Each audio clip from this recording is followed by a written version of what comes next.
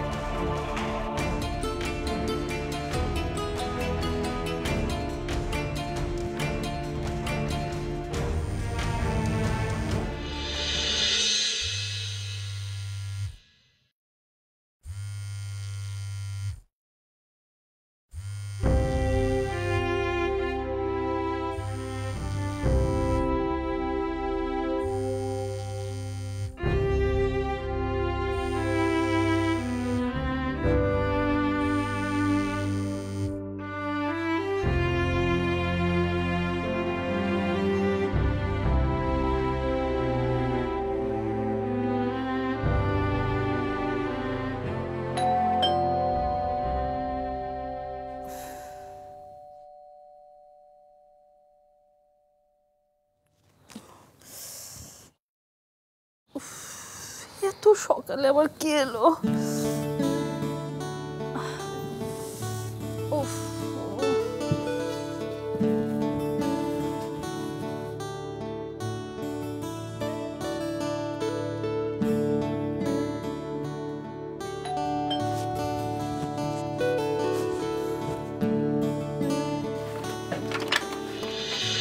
কনা তুই এত সকালে?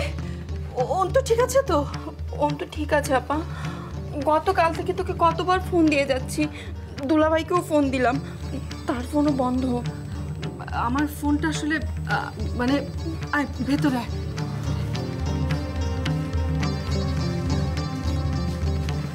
বস, বল কি হয়েছে?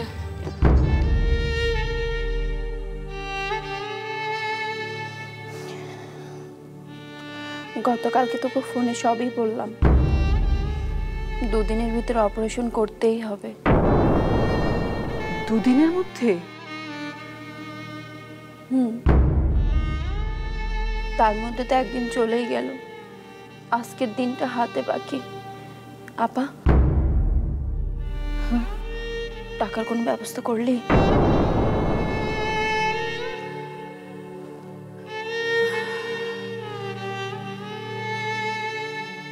$2 লাখ টাকা? 2 লাখ টাকা তো কম না রে। আমার কাছে যদি থাকতো। তোর কাছে নাই সে তো জানি, কিন্তু দুলাভাইয়ের কাছে নিশ্চয়ই আছে। তুই তাকে বলিসনি? হ্যাঁ হ্যাঁ হ্যাঁ, তোর দুলাভাইকে তো আমি বলেছি। বলার পরে সে শুনে না খুব কষ্ট পেয়েছে। তোর দুলাভাই তো চেষ্টা করছে, কিন্তু কিন্তু হয়েছে কি জানিস, এত বড় একটা সংসার চালানোর পরে না আর হাতে কিছু থাকে না। আপা, দুলাভাই চেষ্টা করলে অবশ্যই পারবে। তুই একটু দুলাভাইকে ম্যানেজ করে টাকার ব্যবস্থা করে দে না আপা। আমি শোধ করে দেব, আমি শোধ করে দেব।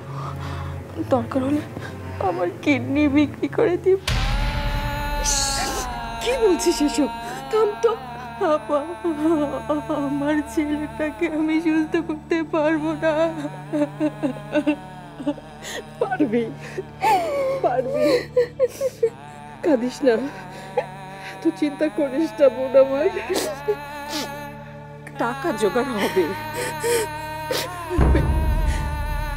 তুই কথা দিচ্ছিস তো যে আমাকে টাকাটা ব্যবস্থা করে দিবি? হ্যাঁ হ্যাঁ, কথা দিচ্ছি।